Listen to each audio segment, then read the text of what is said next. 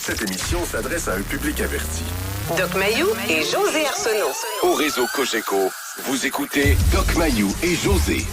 Avec le Doc et José Arsenault. Bonjour tout le monde. Bonjour, Doc Mayou. Madame Arsenault, salutations. Hey, j'avais hâte de vous parler. Oh, D'un sujet. Je vais faire un lien aussi avec le courriel d'un auditeur qu'on a reçu. Oui. Vous allez voir où je vais. Au début, vous allez vous dire, hey, OK, ça commence raide, là, mais. Non, je me dirai rien. Sois sans crainte. OK. J'ai cette capacité de ne pas me dire, quand j'écoute quelqu'un, j'écoute. C'est vrai, vous êtes comme ça. Je n'ai pas tellement d'a priori. Non, OK. Allons-y. Fait que je vais commencer avec l'histoire qu'on retrouve dans les journaux d'aujourd'hui concernant le couple de Saint-Lin. C'est incroyable à quel point cette histoire-là, ça vient me chercher. Puis aujourd'hui, il y a des éléments que je vois différemment aussi. Puis c'est pour ça que je vous en parlais. L'histoire de Saint-Lin, là, c'est le couple qui ont organisé une soirée échangiste impliquant le propre enfant de l'homme et également une autre fillette d'un autre couple. Ça vous dit quelque chose, je suis certain. Tout le monde, on est toutes... Vraiment, ça nous a toutes pris, là, cette histoire-là. Et là, On parle d'enfants de quel âge? Il y aurait 2 enfants impliqués? Oui, exactement. Il y en a une qui avait... Attends, il y en a une qui avait 7 ans, là, au moment des faits, là. Et l'autre? C'est ça, c'est la fille... on les appelle Mario et Cindy, le couple. Oui. Cindy, elle a rencontré Mario alors qu'elle avait 15 ans. Mario en avait 28. C'est de ça que je veux vous parler. C'est de cet aspect-là en particulier. Parce que on raconte aujourd'hui dans les journaux que Cindy, elle a été agressée sexuellement à l'âge de 5 ans. Elle multiplie les partenaires. Elle consomme beaucoup de pornographie. Les spécialistes la décrivent comme une femme froide, soumise, parfois dépendante, et d'autres fois sadique, contrôlante. Elle peut mentir et faire semblant de pleurer. Elle a rencontré Mario, elle avait 15 ans, et elle est allée habiter chez lui et elle s'est occupée des enfants. Ça fait 9 ans de ça. L'histoire dont il est question, ces temps-ci dans les médias concernant cette fameuse soirée, s'est passée en 2014. Elle avait 21 ans. Parce qu'aujourd'hui, elle en a 24. Elle avait 21 ans. Oui. Ils ont croisé sur Internet le couple de Saint-Lin dans l'Anaudière. Une première rencontre est organisée à Montréal entre adultes. Cindy et Mario savent que le couple de Saint-Lin commet des agressions sexuelles sur leur fillette de 7 ans et qui filme les ébats. Alors Cindy, elle, a pas dit à Mario... Il faut être dénoncé à la police. Elle, à la place, a fait une recherche sur des sites pédophiles pour savoir comment amener une fillette à participer et comment lui faire garder le silence. C'est ça qu'elle a fait. Puis Mario, lui, il a dit « Ah ouais, donc, c'est une bonne idée, ça. » C'est sa fille à lui, là. 7 ans. Et là, c'est la fille de Mario? Oui, mais là, il y a l'autre couple de Saint-Lin, ils ont une fillette aussi, là. OK. Les deux ont une fillette du même âge, de 7 ans? Bon, il y a le couple de Saint-Lin qui ont une fillette puis qui filment les ébats. Une fillette qui a ça, 7 ans. Cindy et Mario savent ça. Oui. Fait que là, Cindy a dit, on va prendre ta fille, Mario. Aussi. On va l'inclure dans le tas. Et qui a quel âge? La fille de Mario est rendue à quel âge? Ben là, aujourd'hui, elle est rendue... Non. À l'époque des événements, là, non. OK, 7 ans, c'est ça? OK. Les deux fillettes avaient 7 ans. Est-ce que j'ai bien compris? À ma connaissance, là. Sûrement que mon recherchiste va faire la recherche pour moi. Non, allons-y. Oui, on se suit. Bon, alors... Oui. Finalement, ils ont organisé une soirée. Les 4 adultes, OK, tout le monde. Mais là, je vais juste dire l'histoire, là, parce que je vais revenir, moi, sur ce qui m'interpelle, là. Ils sont tous dénudés. Là, je vais dire, moi, ça me donne mal au cœur, là, mais je vais le lire pour qu'on comprenne bien l'histoire, OK? Tout le monde s'est dénudé parce qu'il y avait d'autres plus jeunes enfants qui étaient couchés au rez-de-chaussée. Les 4 adultes sont allés au sous-sol avec les 2 petites filles. Tout le monde s'est dénudé, sauf Mario qui, lui, faisait le guet. Il guettait, OK? En cas qu'il y en a une qui se lève, je sais pas. Cindy et l'autre femme font des attouchements aux parties génitales des fillettes. La femme de Saint-Lin pratique le sexe oral sur les 2 enfants pendant que l'homme regarde. Ouais. C'est dégueulasse. En tout cas, moi, ce que je veux savoir, pourquoi que j'avais hâte de vous parler, c'était pas juste pour vous lire la nouvelle. L'impact d'une agression... Je suis fâchée, on va me calmer, là. L'impact d'une relation sexuelle sur une fillette de 5 ans, comme Cindy. C'est-tu rare qu'on voit ça, que ça peut aller jusqu'à reproduire des comportements comme ça plus tard, ou c'est anecdotique? C'est pour ça que je voulais vous parler. Bon, j'en ai vu quelques cas. Et les quelques cas que j'ai vus, c'était des déficients intellectuels. Ils avaient 68 et moins de QI. C'est des déficients légers. On pourrait le dire. On pourrait regarder dans cette direction-là. Là. Oui, il faudrait les évaluer. Combien y a-t-il de déficients sur la gang, là? Mais Cindy, là, celle qui a 21 ans. Ouais. On s'imagine quand on entend des histoires comme ça, des vieux cochons, là. 21 ans quand t'as fait ça. Regarde, souvent, il y a du monde qui, dans les cas où j'ai été impliqué, c'était des histoires de gardiennes de 16, 17, 18 ans qui gardaient des enfants. La gardienne était déficiente. Elle a invité son chum déficient et ils ont pris une petite de 7 ans. Puis le chum déficient a fait un cunilingus, a fait des caresses orogénitales sur la petite fille de 7 ans pendant que la gardienne, elle aussi débile, tenait les bras de la petite. Alors j'étais dans une couple de dossiers, là, c'était en consécutif à la déficience intellectuelle. Puis elle, là, l'avocate de Cindy. Autrement dit, il faut bien comprendre les débiles. Les déficients intellectuels, lorsqu'ils ont des vies sexuelles actives, n'ont pas des activités d'adultes. OK. Alors, ils sont de niveau enfant en termes de QI. Par exemple, ils ont l'intelligence d'un enfant de 5 ans, 6 ans. Ils vont s'amuser sexuellement, lorsqu'ils ont des jeux sexuels, facilement avec des enfants de 5, 6. C'est ça qu'il faut comprendre. Dans ce cas-là, il faudrait avoir le QI de Cindy, là. Et de Mario, le père. Oui, et des deux autres aussi. Exact. Mais moi, c'est alors, Cindy, il y a peut-être un pervers, un homme pervers sexuel dans le groupe avec 3 déficients. Ça pourrait être le scénario le plus plausible, là, d'après moi. Bon, OK, là, revenons à Cindy. Oui. Puis je vais juste finir là-dessus concernant cette histoire-là. OK? Oui. Bon, là, c'est ça, il y a un jeu, là, pour le procureur versus, c'est bon. Il y en a qui demandent... on dit que Mario et Cindy méritent une peine sévère de 6 à 8 ans. C'est ce qu'estime la procureure de la Couronne. Okay? Oui. Et l'avocate de Cindy, elle plaide pour une peine de 40 mois, à laquelle il resterait 24 mois à purger, donc 2 ans. Et là, elle dit, elle est une bonne candidate à la thérapie selon les psychologues. Ça se peut-tu qu'elle, avec tout ce qu'on vient de lire, là, tous ces gestes qu'elle a fait, son passé, etc., qu'elle soit plus dangereuse après sa thérapie? Ben, écoute, avant de parler de thérapie, on va parler de quotient intellectuel. On va parler d'abord de quotient intellectuel. Est-ce qu'elle est d'intelligence moyenne? J'ai pas dit d'intelligence normale, j'ai dit d'intelligence moyenne. Parce que ça se peut qu'elle ait 65, 68 de quotient intellectuel. Tout ce que tu me décris est tellement dans cette voie-là que ça doit être nécessairement éliminé. Okay. Alors, deuxièmement, candidate à une thérapie. À quelle thérapie? Ouais. À quelle thérapie? Il n'y a pas de thérapie qui améliore le jugement de quelqu'un. 1. Deuxièmement, on est face à une problématique, à une réalité. C'est qu'il y a très peu de femmes déviantes sexuelles. C'est pour ça, c'est pas sans raison que j'ai mentionné tout à l'heure, possiblement un pervers sexuel, un homme pervers, avec 2 ou 3 déficients intellectuels. Ça pourrait être... les 2 femmes, là. Oui. Ces 2 femmes, là. Oui. Et le courriel qu'on a reçu... Il y a personne qui me demande, il n'y a jamais personne qui m'a interpellé, José, puis qui me dit, Mayou, pourquoi tu es tant en faveur de la stérilisation des déficients intellectuels pour ne pas qu'ils aient d'enfants? Il n'y a jamais personne dans les médias qui a osé me demander ça. Oui, mais on a fait une émission ensemble là-dessus. Oui, oui. Mais de l'extérieur, là, oui, je comprends. Il n'y a jamais personne. Oui. On me suis fait traiter de nom, d'eugéniste, de nazi. José, il se pourrait que j'ai des bonnes raisons. On pourra refaire quelque chose là-dessus. Ben oui, la stérilisation des déficients intellectuels qui a été cessée en Alberta en 1976. Alors, jusqu'en 1976, on stérilisait les déficients intellectuels en Alberta. Et à un moment donné, il y a du monde intelligent qui ont dit c'est épouvantable.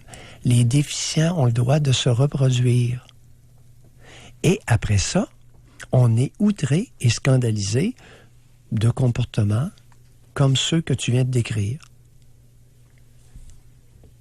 Mais il faudrait le savoir si elle avait un diagnostic. Il n'y en a pas. Avant de la stériliser, ça prend un diagnostic. Et devant les tribunaux, je peux t'assurer que souvent, les individus sont sentencés sans aucune évaluation psychologique ou psychiatrique digne de ce nom. Dans un cas comme ça n'enlève pas tout le danger. C'était pas son enfant à elle. Tu sais, elle, même si ça avait été stérilisé, c'était pas son enfant. Oui, mais... Fait qu'elle l'a fait à d'autres, pareil, là. Oui, mais si Mario avait été stérilisé... OK, parce que vous soupçonnez que lui-même aussi a un problème. Oui, je soupçonne que Mario est déficient léger. Okay, je vais revenir avec le courriel au retour de la pause parce qu'on doit s'arrêter. Je vais quand même annoncer notre sujet. Puis le courriel que je vais vous lire, il y a un lien entre les deux. Entre notre sujet que je viens d'aborder et ce qui s'en vient. Parce qu'aujourd'hui, on veut parler des obsessions. Puis ce qui m'a allumé là-dessus, je vais vous le dire bien franchement, c'est juste une petite déclaration de Ginette Renault en lien avec les dénonciations. Parce qu'elle, ils ont demandé, ils l'ont rencontré, puis on dit qu'est-ce que vous pensez de tout ça. Puis elle a dit, Éric Salvaille, Gilbert Rozon, ils ont besoin d'aide pour traiter leur obsession sexuelle. Et là, elle dit, ça fait penser à ceux qui souffrent beaucoup, par exemple les obsessions du sexe, de la nourriture, de l'alcool. Fait que ça m'a amené cette idée-là. Aujourd'hui, on va parler des obsessions. Quelles sont vos obsessions à vous? En avez-vous? Puis ce qui va être très intéressant, c'est pas des juger, c'est de comprendre d'où ça vient. En compagnie du Doc Mayou, bien sûr. Alors, si vous voulez réserver votre circuit téléphonique, faites-le maintenant. Mais au retour de la pause, je fais juste de vous l'annoncer vers où on s'en va avec le courriel que j'ai su d'un auditeur qui écoute nos émissions, soit de New York ou d'Hollywood en passant tous les jours. Lui, maintenant, il se qualifie de gold digger. Ah oui? OK. Tu vas nous dire ça dans ton Et il a tout analysé. Il pense savoir d'où ça vient. OK. C'est très intéressant. Un gold digger, c'est comme... un chercheur d'or. Oui, mais c'est de rencontrer... pour lui, c'est de rencontrer des hommes riches. C'est ça. Comment on appelle ça, les femmes? Des... Cougars. Des sugar baby, c'est ça. Des femmes... Sugar daddy. Sugar daddy. Ouais, les filles, c'est des babies, mais les hommes, c'est des daddy, là. On voit que tu n'as pas beaucoup d'expérience dans le domaine. Non, je suis pas mal indépendante. On va aller à la pause là-dessus. Tu sais pas ce que tu manques, toi? Mais j'aime ça, pas dépendre de personne, moi. J'haïs pas ça pas en tout. On va aller à la pause. Au retour, si vous voulez réserver votre circuit téléphonique, si vous avez des obsessions et que vous voulez nous en parler, ben ça va être le temps. Pour rejoindre l'équipe du FM 93, composez le 670-9330. Jusqu'à 11h, au réseau Cogeco. Doc Mayou et José. Et José Arsenault. Avec le Doc et José Arsenault. Avez-vous des obsessions, quelles qu'elles soient, là? Tantôt, on en parlera, ça peut être sur la nourriture. Merci beaucoup aux gens qui ont déjà commenté sur notre page Facebook, le Doc Mayou et José. C'est intéressant de voir, ça prend plein de directions. C'est vraiment bien. Et alors, juste une petite parenthèse, concernant le sujet, les obsessions, ça va être un gros panier de crabes. Une obsession, ça peut venir de n'importe quoi. Ouais. Y inclut d'un trouble obsessif-compulsif, mais pas nécessairement. Puis la raison pour Jacques sera pas la même raison pour Jocelyne.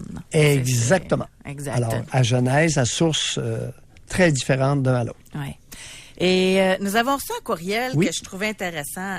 Vous allez voir.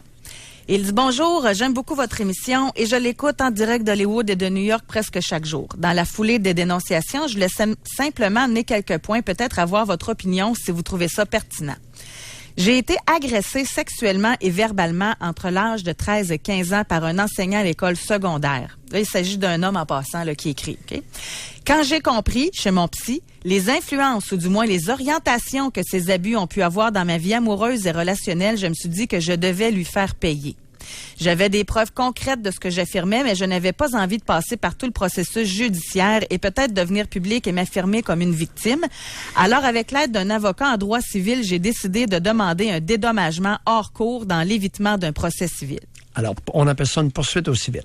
Voilà. Il n'y a pas eu de plainte au criminel, poursuite au civil. Voilà. Très intéressant. Et c'est là que certains individus, actuellement, pourraient faire face à des recours collectifs de leurs victimes. Voilà. Au civil. Ils ont besoin de bien mettre à l'abri leur blé parce qu'ils pourraient se faire détrousser dans une poursuite au civil. J'ai Alors, l'impression parenthèse. qu'il y a une couple de madames qui vont se retrouver avec des biens tout d'un coup qu'ils n'avaient pas il y a quelques semaines de cela. Ça pourrait arriver. Oui. Maintenant, elle continue. Lui faire payer, poursuite au civil. Bon. Et là, il tente son analyse, OK? Puis c'est là que ça devient intéressant. Il dit « Être abusé si jeune par un individu en situation d'autorité a été vraiment traumatisant. Il est un homme, et moi aussi, et je n'étais pas prêt à la sexualité. Des crises de boulimie sont apparues immédiatement après les abus. Mais je dois dire que cela influence mes relations actuelles et ma vie. Mes relations amoureuses sont toujours dans une dynamique de pouvoir et je m'ennuie rapidement. Je m'ennuie rapidement dans ma vie en général. Je pense que le fait d'avoir eu ces abus me mettait dans une situation de danger dans laquelle il y avait beaucoup d'adrénaline. Ensuite, j'ai recherché cela en grandissant. Durant ma maîtrise, je rencontrais des hommes riches plus âgés et recherchais sans cesse ces dynamiques de pouvoir. Je pense qu'on pourrait me qualifier de gold digger et j'ai une peur maladive de vieillir. J'ai décidé de m'installer aux États-Unis. Vous savez, il y a une communauté de Québécois ici qui sont aussi des gold diggers. Vous seriez surpris. Bref, il dit, comment expliquez-vous ça? Ça se peut-tu sur tout ça? Il y a un bon bout d'analyse de fait. Il fait des liens entre ce qui lui est arrivé entre 13 et 15 ans. C'est que s'il pouvait nous appeler et nous décrire en quoi ont consisté les activités sexuelles. Parce que c'est important, il fait référence à de l'adrénaline. Le danger. Situation de danger avec des charges d'adrénaline importantes. Alors, comment ça se passait, l'abus? Il y a jamais, c'est du cas par cas, il n'y a jamais deux situations d'abus sexuels qui ont été pareilles, qui se sont déroulées de la même façon et qui ont eu le même impact. C'est individuel. Et dépendamment, c'était son enseignant, ça a duré 2 ans, entre 13 et 15 ans. Ça se passait dans quel contexte, comment, qu'est-ce qui... Tu sais, et quelle était sa réaction à lui, comment il a vécu ça. Mais pourquoi je trouvais ça intéressant et comment ça comme s'est lien? terminé. Alors, l'autre point qui va être important dans la situation de notre... C'est comment ça s'est terminé. Ouais. N'oubliez pas que ça a duré 2 ans. Oui. Okay. On finit le secondaire 5 à 16. Fait que 15 ans, c'est secondaire 4. Il est encore au secondaire. C'est ça. C'est pas parce qu'il est allé au cégep que ça a fini, là. Non, non. Ouais. Alors, ça s'est terminé dans quel contexte? Est-ce que, parce que je connais les pédophiles, j'en ai évalué beaucoup. Il y a une raison qui les font abandonner leurs victimes, c'est la présence de poils au pubis. 13 ans, pas un poil au pubis chez la plupart des petits gars. 15 ans, début d'apparition de poils pubiens. Intéressant. Il se pourrait que son enseignant l'ait dompé à 15 ans parce que les caractères sexuels secondaires chez le garçon commençaient à apparaître et il en aurait pris un plus jeune. On a dit que dans les raisons, là, ce qui se cache sous les obsessions, que ça peut être différent d'une personne à l'autre. Oui. Comme lui, là, la boulimie est apparue dans sa vie. Tu sais, il y en a peut-être là, qu'aujourd'hui, ils se disent c'est la nourriture, là. C'est la boulimie, c'est l'anorexie, c'est l'obsession. Là, on va loin, là. C'est pas juste de manger son chip avant de se coucher ou tu trouves un sac de chips et t'es pas capable de t'arrêter, il faut que tu le finisses, là. Là, on va plus loin, là. La boulimie. Ça peut, ça, être un lien pour certaines personnes, des obsessions en lien avec des agressions sexuelles dans le passé? Prenons ça simple. Tu manges beaucoup. Quel effet que ça a sur toi? Euphorisant, sur le moment. Non, une fois que tu es pleine, tu as mangé beaucoup. Une grosse crise de boulimie. Tu as mangé un gros repas, là. OK. Alors, satiété, accalmie, somnolence. Accalmie de quoi? Alors, il y a des personnes, lui, il nous le dit, situation de danger, adrénaline, ça m'excitait. Il recherchait ça par la suite. est-ce qu'il est possible qu'il utilisait le fait de manger beaucoup, l'effet de la satiété, pour calmer un besoin de reproduire à son insu la recherche d'adrénaline. Il se calmait comme ça. Mais c'est ça qui va être intéressant avec vous, là, les auditeurs, d'appeler puis de reculer pour voir d'où ça pourrait venir. Alors, ça peut. Ça, c'est un scénario plausible, ce que je viens de dire.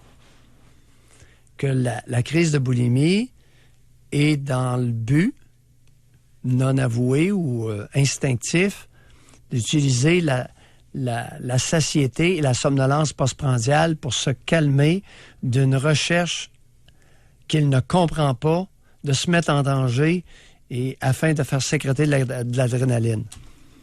Et c'est pour ça que l'effet de la cause serait bien intéressant parce que l'enseignant, là, il devait faire des petites choses avec lui. Très particulières. En plus, il a bien dit agression sexuelle et verbale entre 13 et 15 ans. Il se passait oui, c'est une histoire très particulière qui s'est passée là.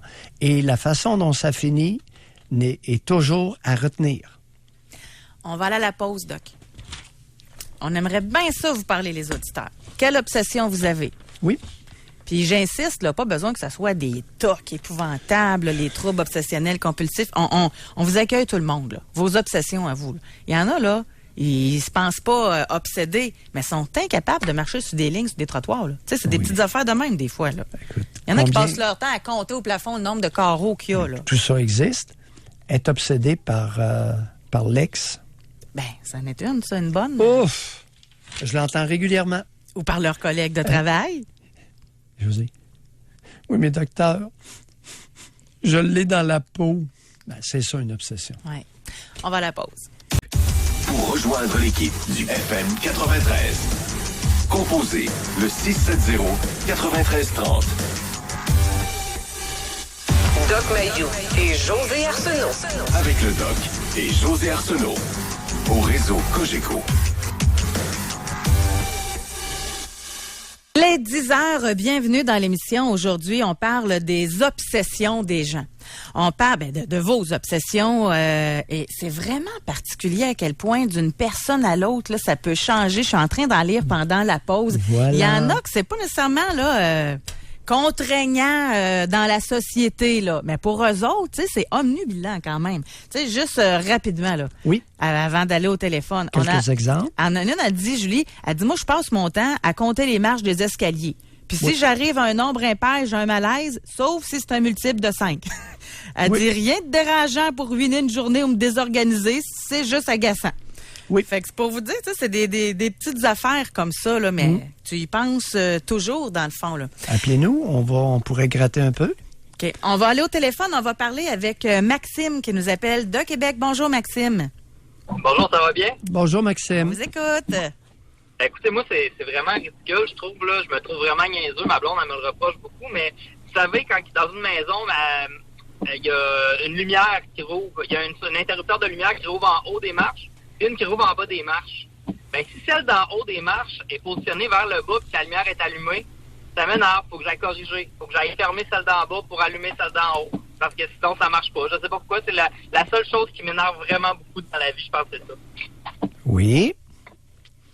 Qu'en faites-vous? Ben, je règle la situation. Je me trouve niaiseux, mais je sais pas pourquoi ça me choque quand je vois que l'interrupteur est vers le bas et que la lumière est allumée. C'est mon toc, là. Je sais pas. C'est ridicule comme ça. Oui. Avez-vous remarqué comment vous insistez sur l'autodénigrement? Non. Vous avez utilisé le mot ridicule, niaiseux, ça me choque. Oui, mais quand je pense, je trouve ça ridicule. Elle me le reproche beaucoup. Non, elle me reproche pas beaucoup. Elle trouve ça niaiseux. Autant que moi, je peux trouver ça niaiseux, mais c'est moi. C'est comme ça. Qu'est-ce qu'elle dit? Parce que vous avez c'est ce que vous avez dit, que votre conjointe vous le reproche beaucoup. Elle trouve ça niaiseux. Oui, en rigolant, là. C'est pas... Qu'est-ce qu'elle dit en rigolant? Ben, ce qu'on peut se dire en couple pour se taquiner, là. C'est-à-dire, quel mot elle utilise? Est-ce que, lorsque vous nous dites « elle me le reproche beaucoup », elle trouve ça niaiseux, est-ce que c'est votre interprétation de ce qu'elle dit ou si elle le dit en mots clairs? Je crois qu'elle le dit en mots clairs. Mais je prends pas ça aucunement méchamment. Il n'y a aucune malice entre nous. Là. Maxime, ça vient d'où, Oui, cette histoire-là? Ah, ben là, je sais pas. J'ai aucune idée ça vient de où. C'est depuis que j'ai ma maison, je pense. Ça m'était jamais arrivé avant, parce que j'ai toujours vécu dans un appartement qui avait juste un étage puis un interrupteur sur chaque lumière. Fait que je sais pas ça vient de où. OK. Vous sentez ridicule, niaiseux? Ben non, c'est pas tant ridicule, mais je trouve que c'est spécial que je fixe là-dessus, alors que c'est complètement anodin. Lorsque... Oui, maintenant vous utilisez le mot anodin. Vous vous défendez bien, vous êtes brillant. Mais c'est correct, c'est pas un reproche, c'est admiratif. L'autodénigrement, est-ce que ça vous dit quelque chose? Oui, absolument. Qu'est-ce que c'est, ça, cette affaire-là, de l'autodénigrement? Ben, dans le fond, c'est de se dénigrer pour pas grand-chose, mais...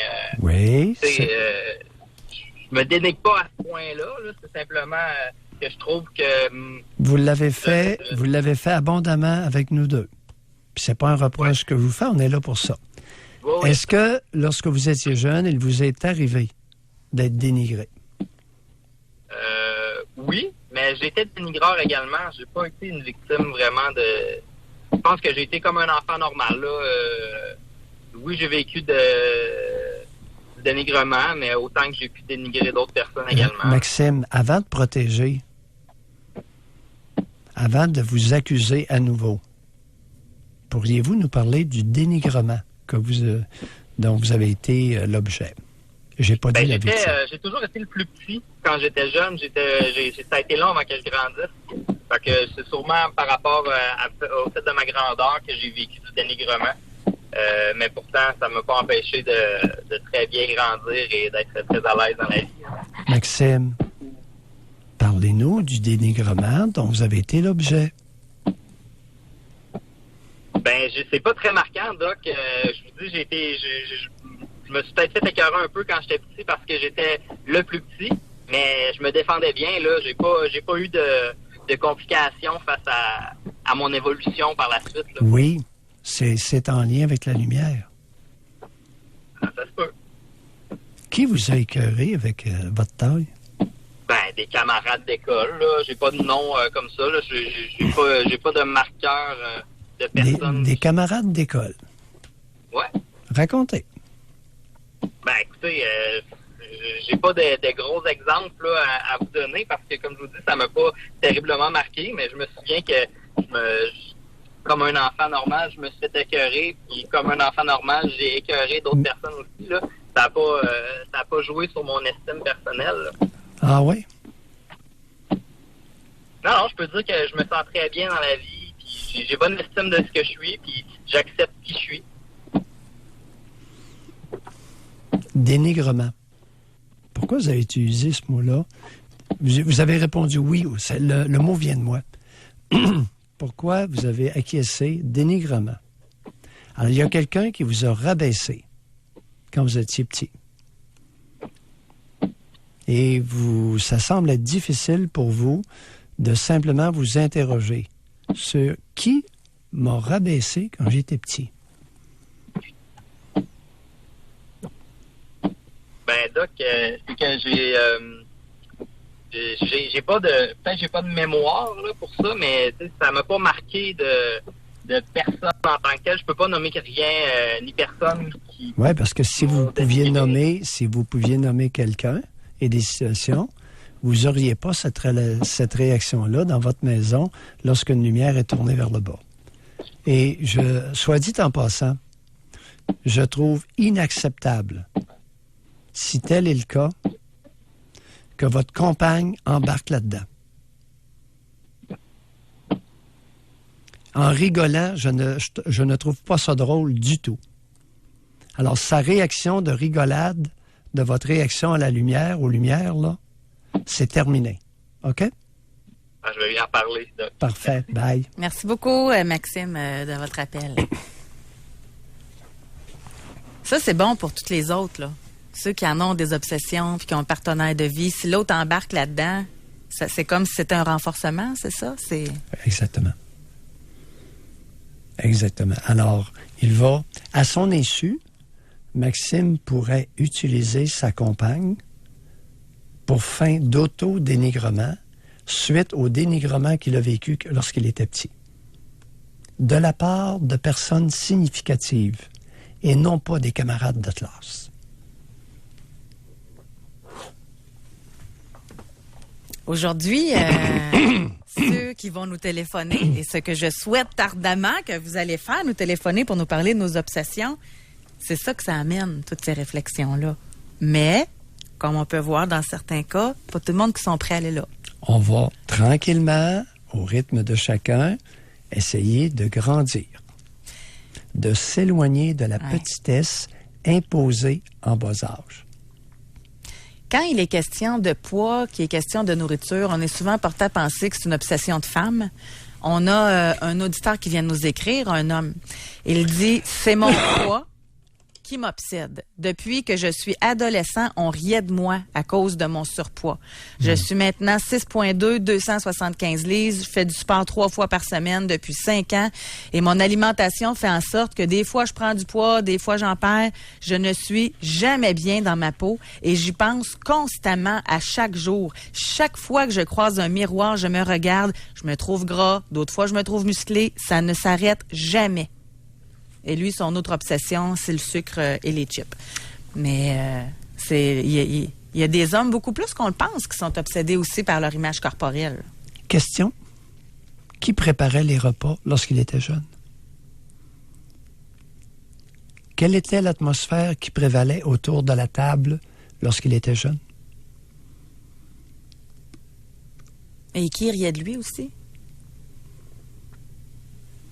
Etc. Ce serait intéressant. Je veux pas le contaminer. Maintenant, s'il pouvait nous appeler,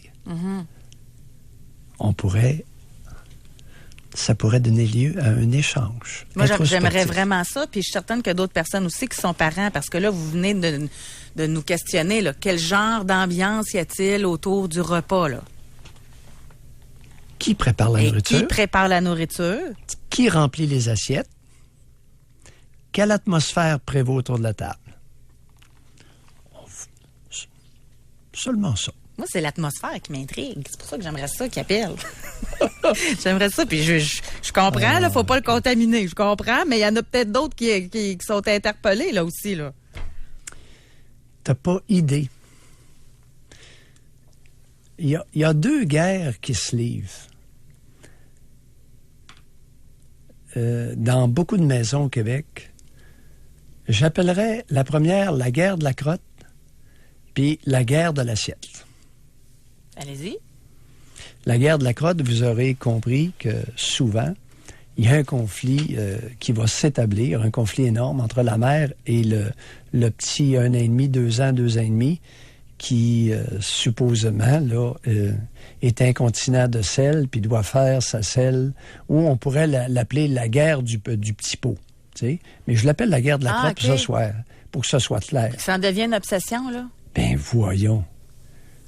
Il y a un pourcentage de mères qui vont avoir leur première obsession sur la propreté de l'enfant, particulièrement du garçon. Okay. Pourquoi le garçon? Parce qu'ils sont propres plus tard. Okay. 1 an, 1 an et demi, 2 ans plus tard que les petites filles. Okay. Alors, il y a une maturation neurologique plus précoce chez les petites filles qui font en sorte qu'elles sont continentes de sel nettement plus tôt que les petits gars. Puis pour la sur nourriture, des moyennes de groupe. Puis pour la nourriture? Bon, la guerre de l'assiette. Alors, paquet de mères qui décident de ce que va manger l'enfant. Et de père. Et là, tu vas finir ton assiette. Sinon, c'est les punitions. La guerre de l'assiette. Et il y a des mères qui sont astucieuses. Il y a des pères qui sont astucieux. Là, ils ont détecté que l'enfant n'aime pas un aliment.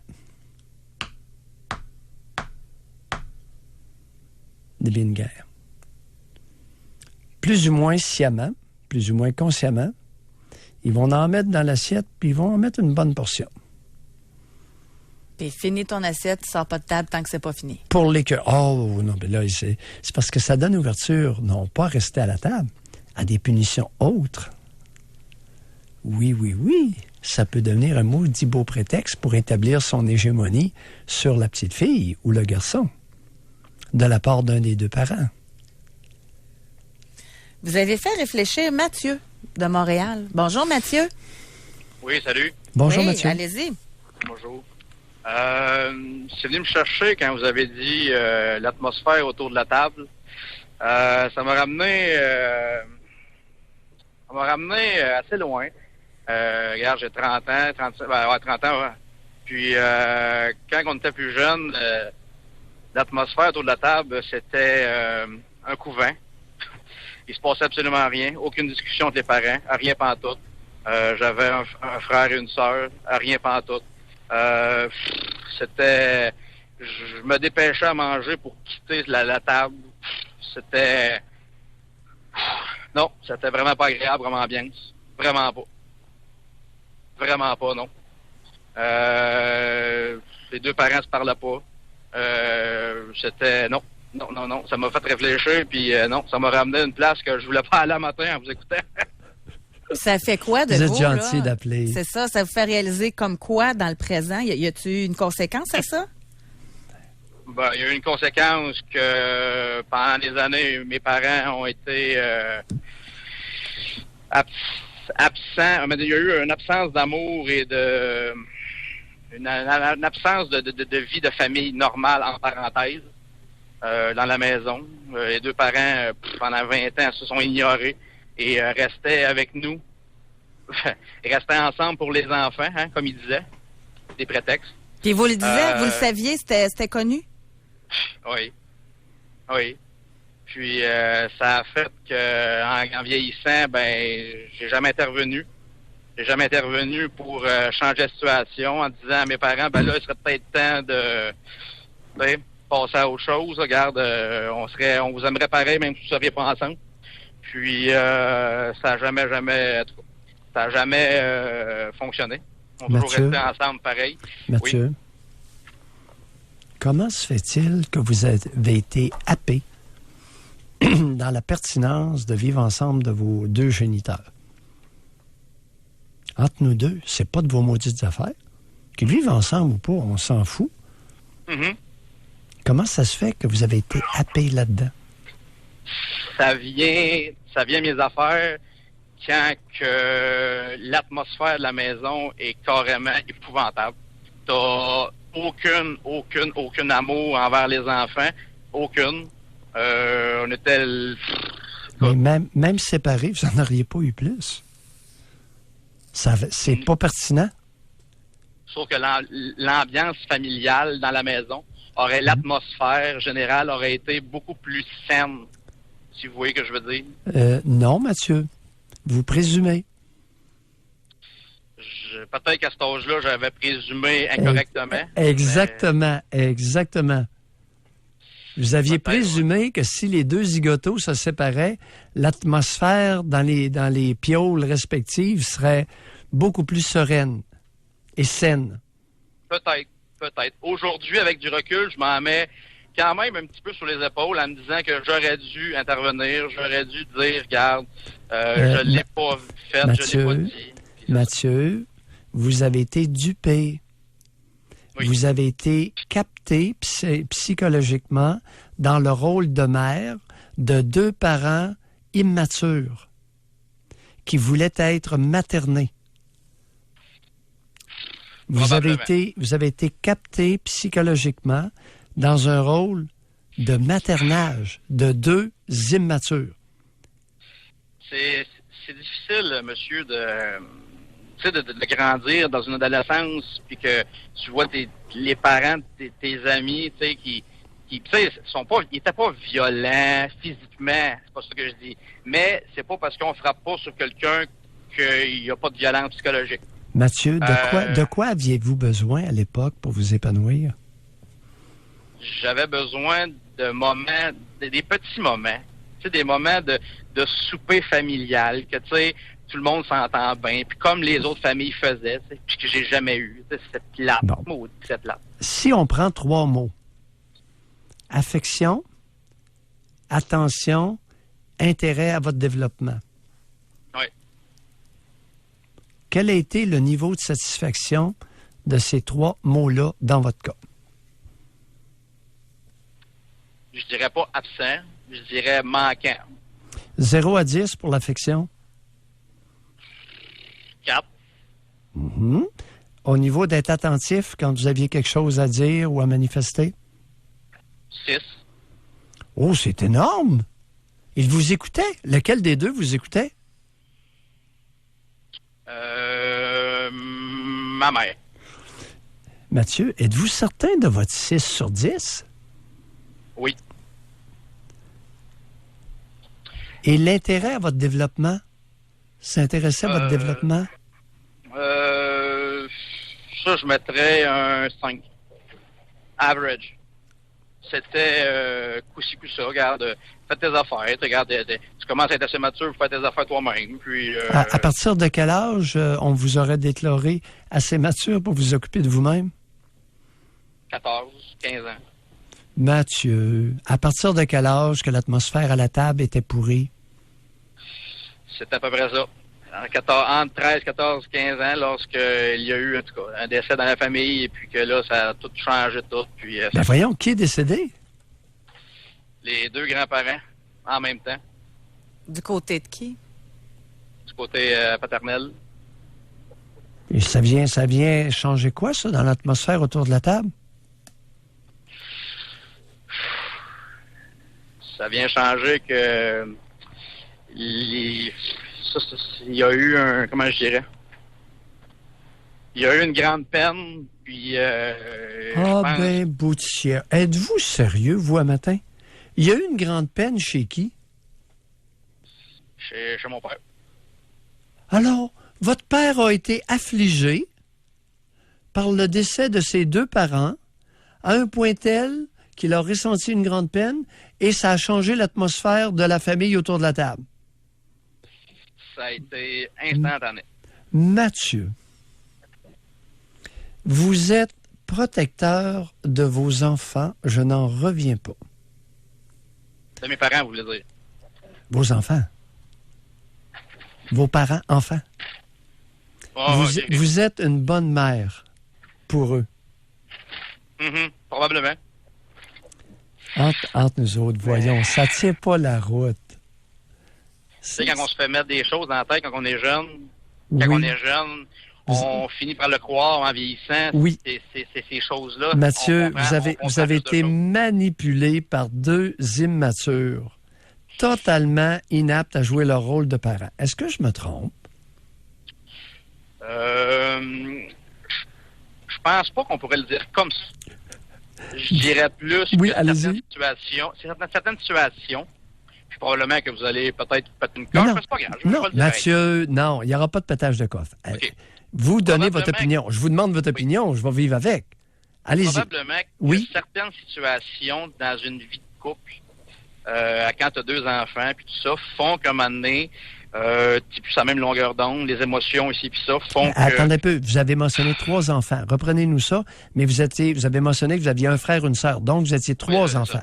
Ah oui, excusez. Reprenez-vous. OK. Alors, certaines situations de vie, 3 enfants, Font qu'est-ce que que... quand Oui, vous avez 3 enfants, oui. et puis que la vie passe, puis il y a des problèmes d'argent, puis il y a des décès, ils vont essayer de faire leur mieux, mais c'était pas suffisant.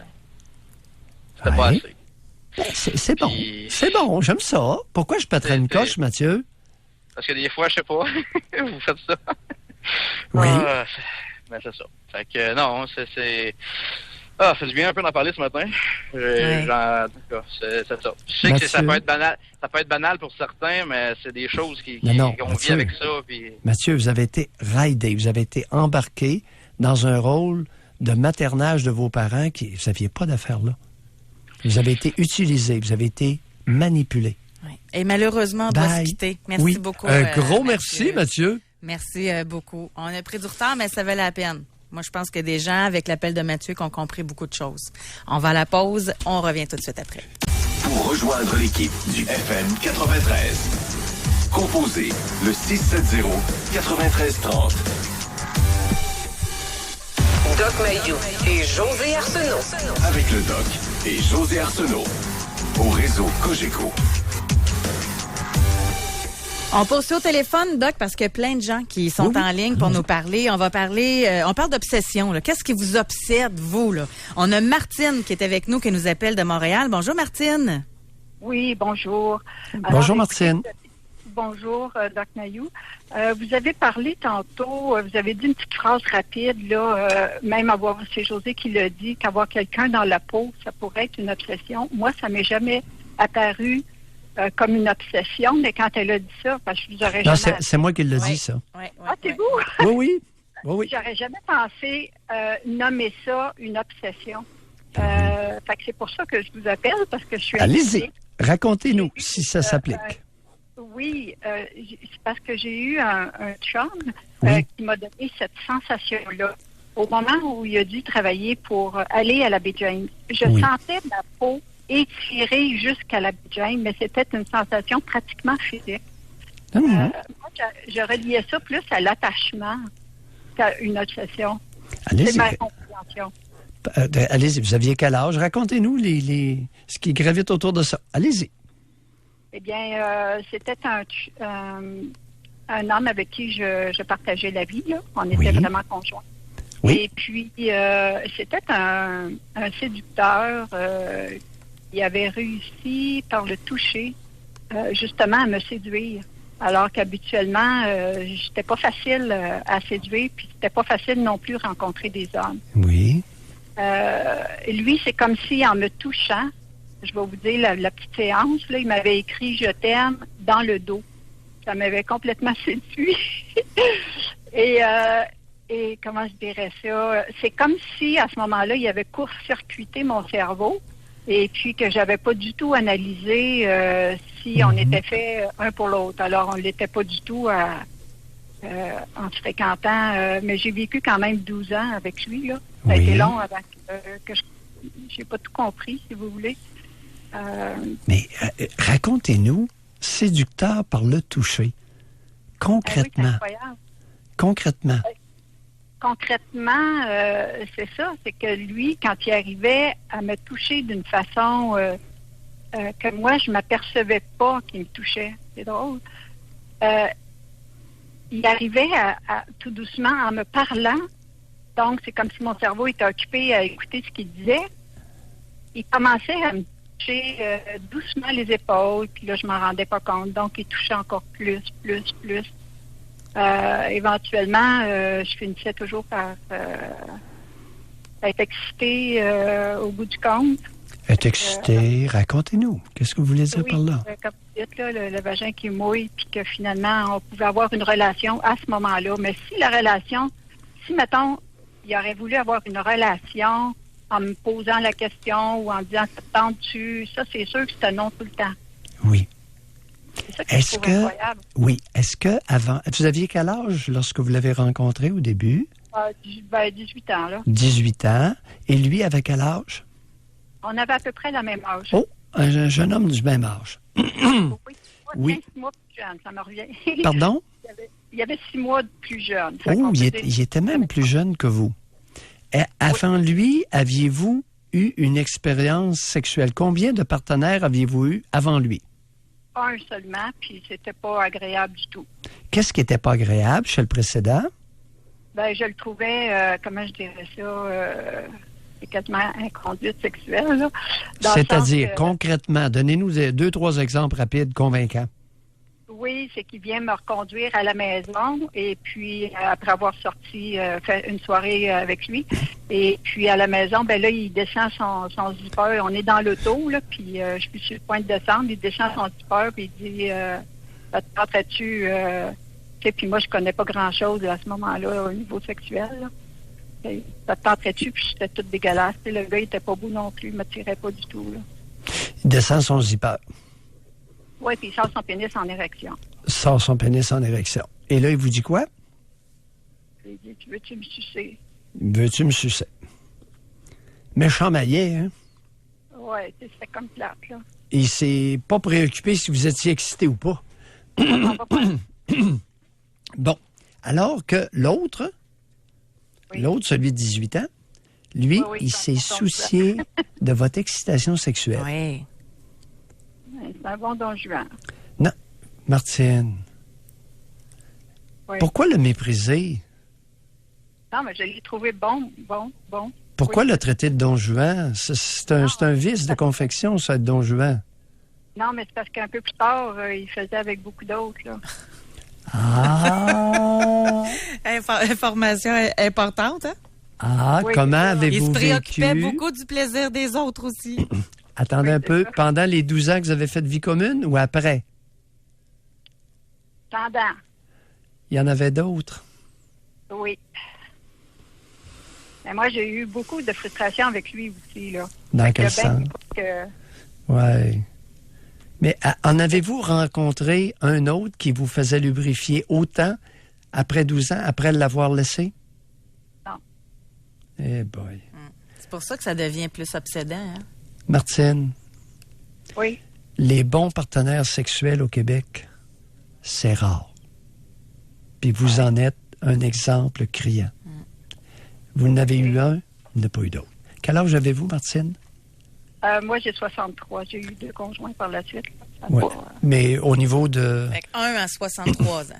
Ah, Ouais. ouais, c'est ça. Ouais. Mais en Ouais. vie active sexuelle, là, Ouais. c'est quand même... C'est ça, mais aujourd'hui, je rencontre, c'est-à-dire qu'il y a quelqu'un qui ressemble un peu à son style, et puis j'aurais tombé dans le panneau, mais ça n'était pas du tout le même. Mais il y avait le petit côté Don Juan là, qui réussissait à me séduire. Mais sauf qu'il y avait Martine, chère Martine, est-ce qu'on pourrait être respectueux face à un mâle qui est considérant de sa partenaire?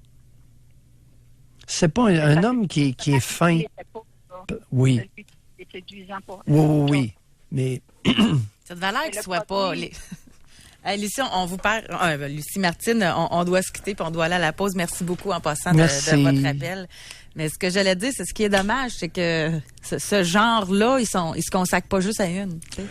Ils ont beaucoup d'amour à donner. Ils ont beaucoup de- José, c'est pas vrai. Non, mais l'exemple de Martine, le premier, il y en avait beaucoup pendant, puis elle a dit que l'autre aussi, c'était ce genre-là. Fait que je comprends qu'il faut faire attention aux mâles qui se soucient du plaisir de la femme, mais ça serait le fun que ce soit exclusif de temps en temps.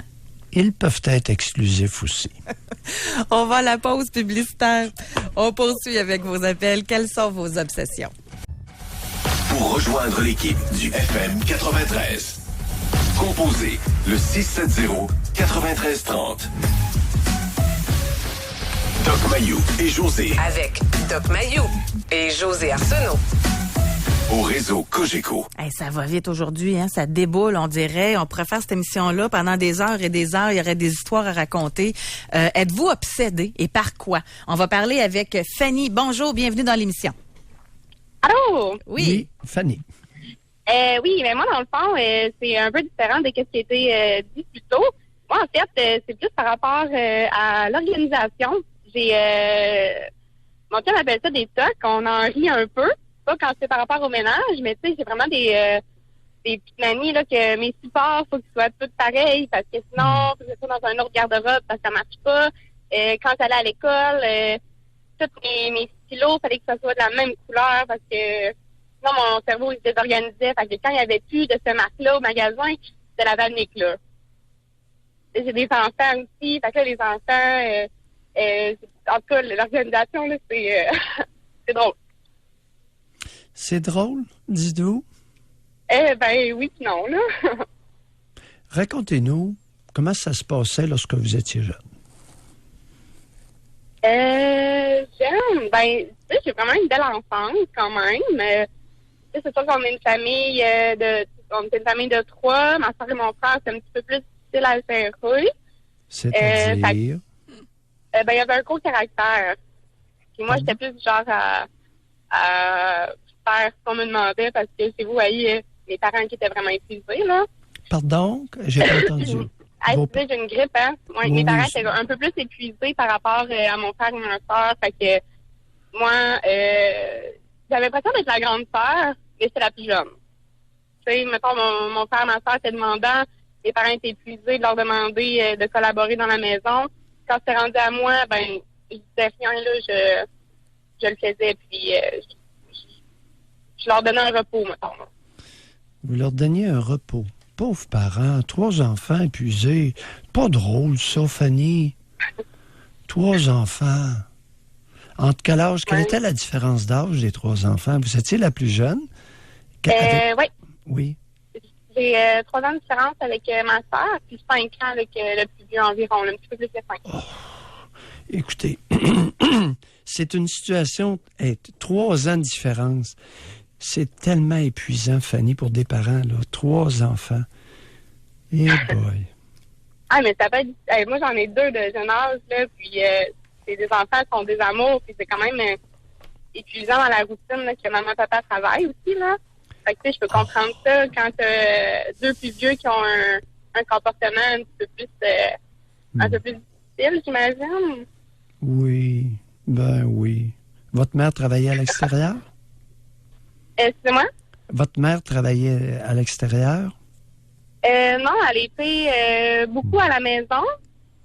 Puis elle a travaillé quelques fois là, dans la région, là, c'est jamais à l'extérieur. Vous savez, ce pauvre, elle fait pitié, pauvre petite bête. Elle est à plein temps avec 3 enfants qui ont des différences d'âge importantes, là.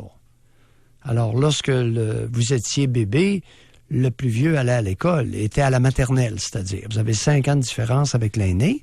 Donc, quand elle vous a eu, l'autre, il n'y en a jamais eu plus que 2. Vous savez, c'est épuisant pour une mère réellement à plein temps avec 2 enfants. Là. Et votre père, vous avez dit, les parents étaient épuisés. Que faisait votre père dans la vie? Parlez-nous de lui. Mon père, il travaille, il s'occupe d'un assez gros magasin.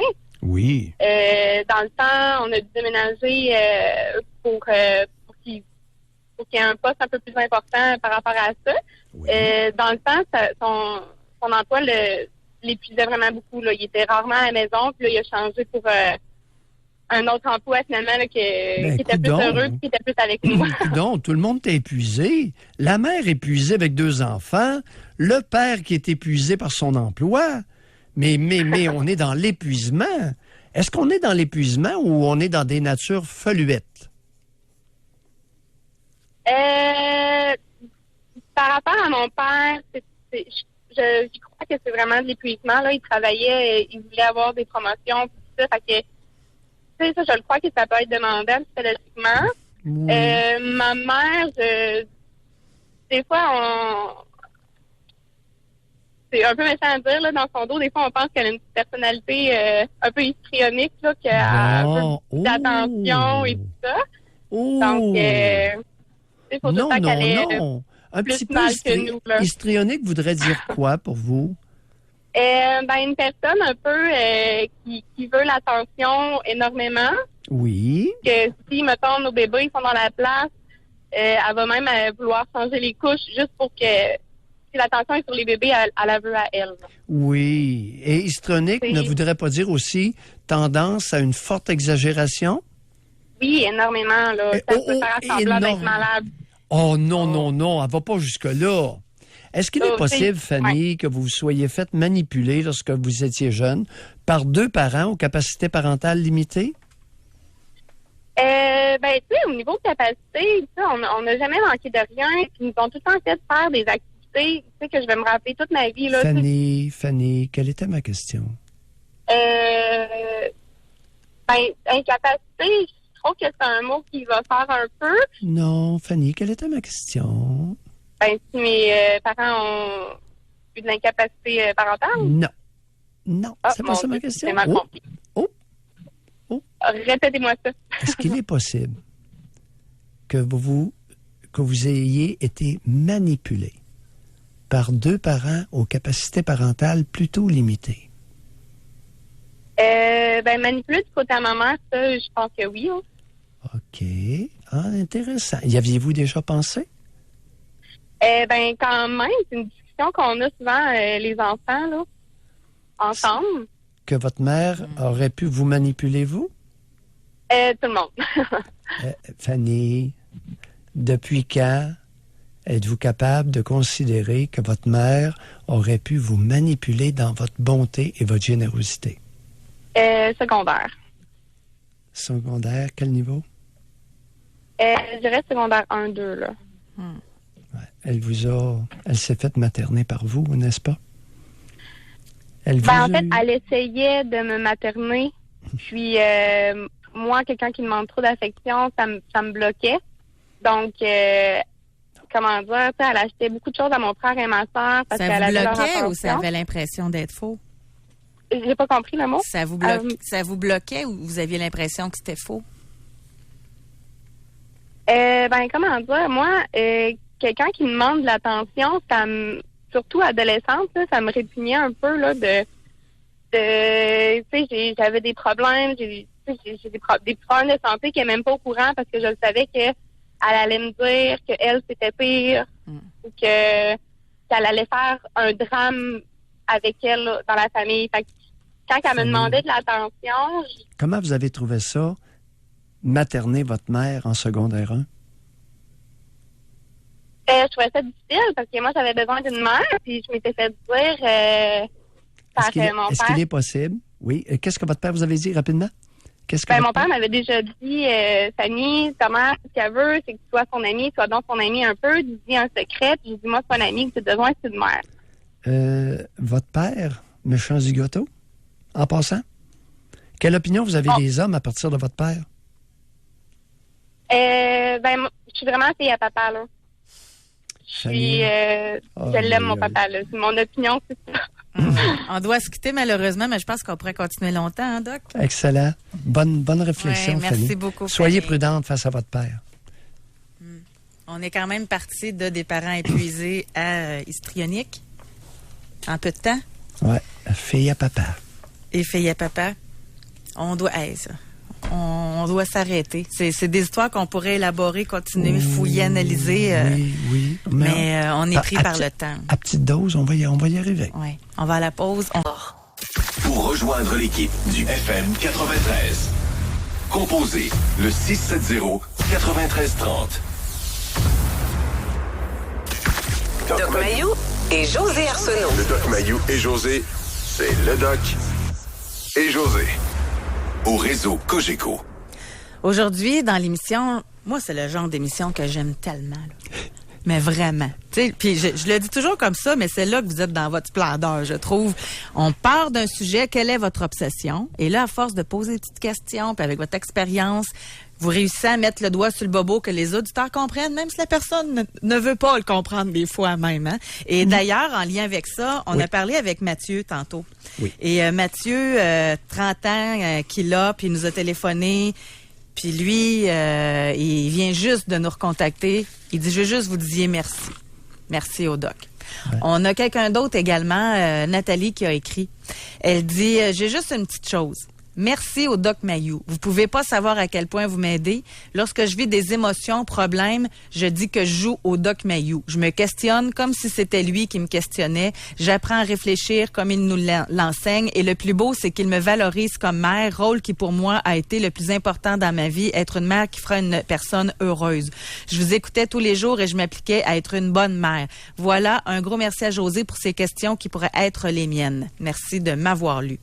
C'est intéressant de voir, tu sais, que les gens apprennent de ça aussi. Puis à travers les appels, il y en a plein en passant qu'on n'a pas eu le temps de passer aujourd'hui. Mais en entendant les histoires des gens, ça nous permet nous-mêmes de se questionner. C'est ça là, qui est bon de se poser les bonnes questions. Ça vient d'où ça? Au lieu de se dire, j'ai un toc. C'est drôle. Mais on va plus loin que ça là aujourd'hui. Oui. Et merci pour le privilège, José. La collectivité nous accorde un grand privilège en nous permettant d'échanger et de se questionner ensemble sur l'origine des problèmes, l'origine des émotions, l'origine des attitudes. Et c'est un privilège qu'on nous accorde.